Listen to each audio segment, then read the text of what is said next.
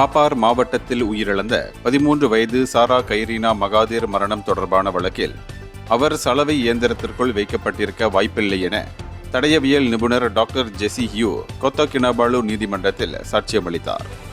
இறக்கும் தருவாயில் சாரா 53 கிலோகிராம் எடையுடன் இருந்ததால் அவ்வளவு எடையுள்ள ஒருவரை ஒரு சாதாரண சலவை இயந்திரத்தில் வைக்க முடியாது என்றும், அவ்வாறு வைக்க முற்பட்டால் இயந்திரம் இயங்காது என்றும் அவர் விளக்கினார். இதனிடையே கடந்த ஜூலை 16ஆம் தேதி பள்ளி விடுதிக்கு அருகிலுள்ள ஒரு வடிகாலில் சாரா சுயநினைவின்றி கண்டுபிடிக்கப்பட்டார்.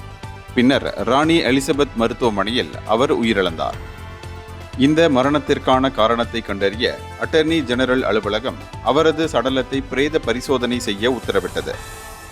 நீதிபதி அமீர் ஷா அமீர் ஆசான் முன்னிலையில் இந்த விசாரணை தொடர்கிறது.